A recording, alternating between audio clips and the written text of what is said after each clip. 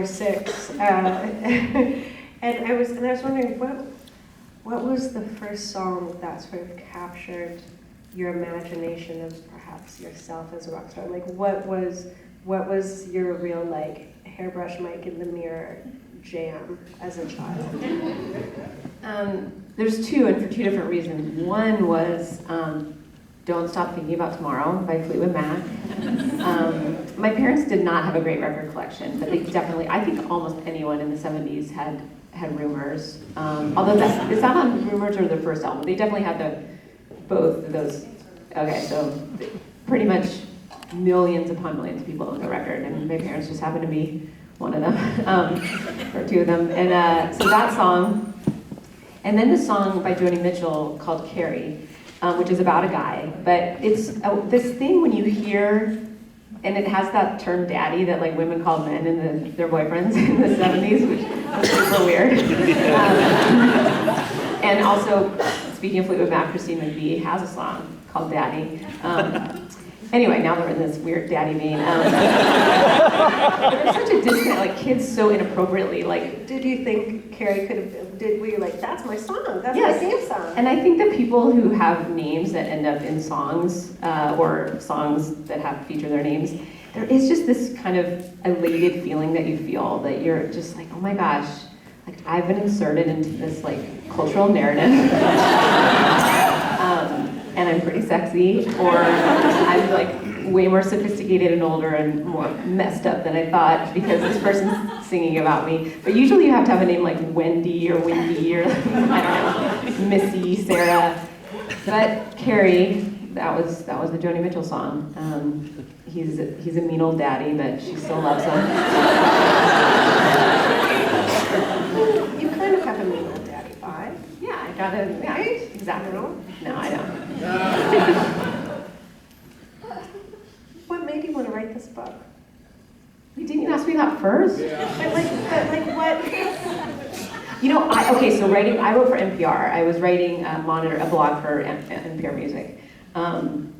And I started to write about music, and it was a little bit more in the vein of cultural criticism. And I really liked that ongoing dialogue, especially in the context of a blog where it created a conversation with an audience, and I really relished that.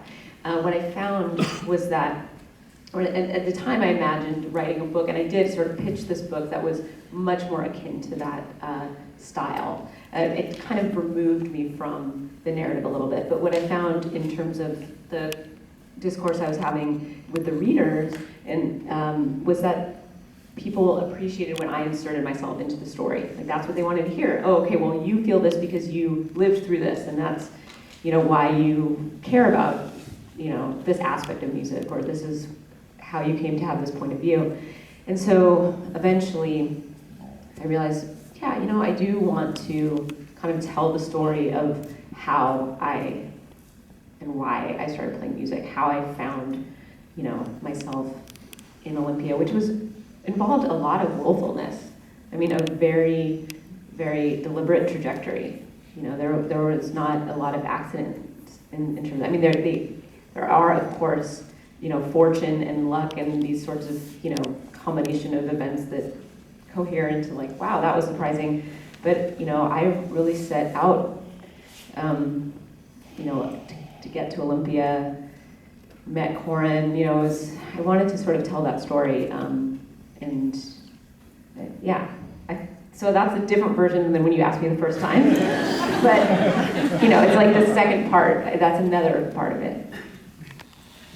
I think it's fairly obvious the impact that being a musician in Olympia had on you. What impact did Olympia, or does it have an impact on your writing? That's a really interesting question, and I think the answer is yes. I was just in a conversation with a group of people that were all in Olympia. I hung out with them in New York after my talk there, and I talk in the book about how Olympia was a city in dialogue with itself, especially in the 90s.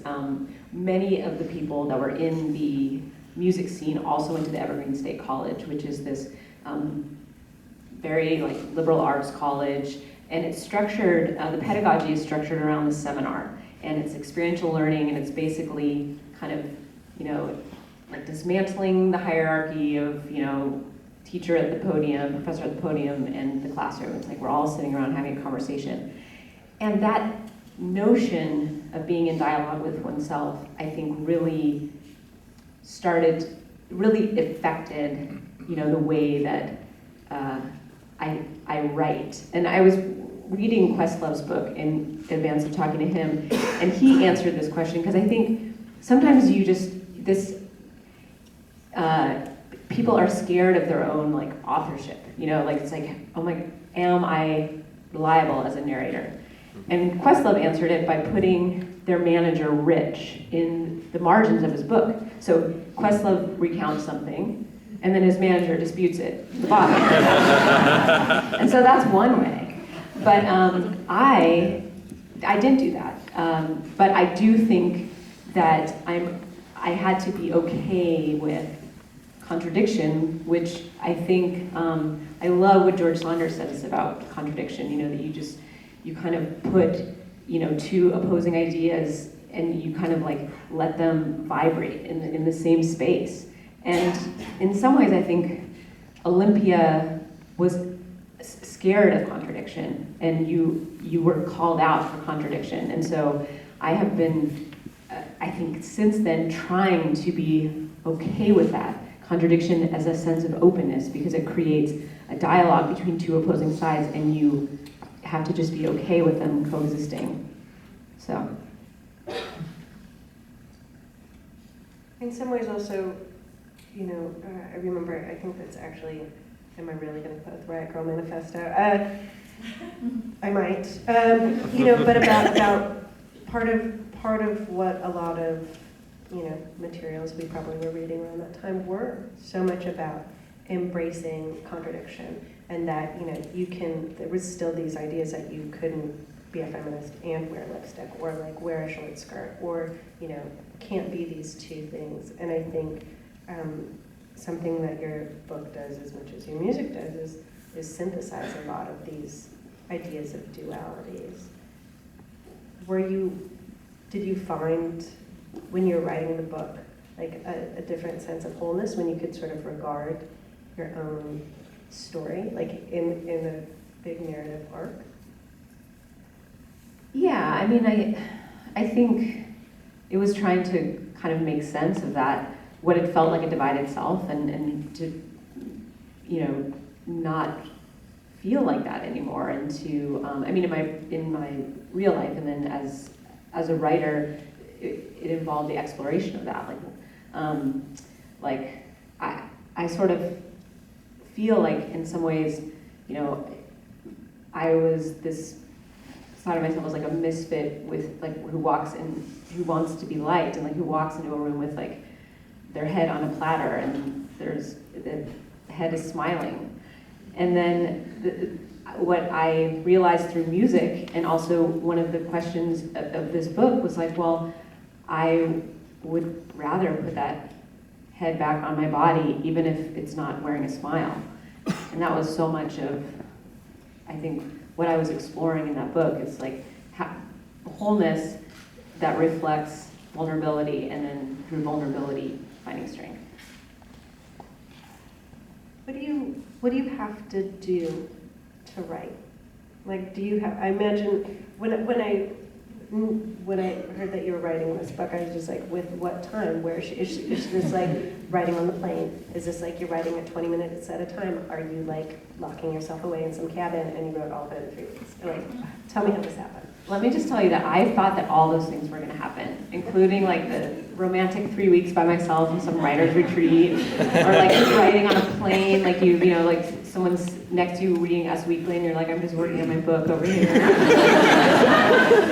None of that happened, like at all. Like I kept telling my editor and my like literary agent, like, oh, you know, they're like, well, we're looking at your schedule, and it looks like, okay, so you're shooting Portlandia for 4.5 months, and then you're going to be recording a record, and so logistically I didn't have time, and I can't write in 20-minute spurts, because you might come up with a word in that 20 minutes. So I would write in the days that I wasn't in production or writing on Portlandia, or we weren't writing songs for the most recent Slater Kinney album. And I really would get up, I would set an alarm for basically 4:30 in the morning, and because I think better in the morning. I just am a morning person. I always have been, which, as you will realize in the book, puts me at odds with the touring life. You don't want to be a morning person and be in a band. But I would get up at I'd stay in bed till 5, then I would get up and just make coffee, and I could not do anything aside from write. And I'm sure you're not even trying to feel like you understand, if you allow yourself one thing, because I like to read the newspaper in the morning, I like to check email. If I allowed myself that, then my brain went down pathways of distraction, and they start out pretty lofty in terms of procrastination, things like, oh, I'm reading the news, that's edifying. And then you're just it's face lotions and dog biscuits, and it's just it gets pretty bad. So I once I figured that out, I basically wrote for a couple hours and then took a walk, and then came back and sort of looked at what I had and sought and to assess whether I could do any sort of tinkering or editing right then, or just left it. So yeah, I was done at noon and then just drank the rest of the day. And that's not true.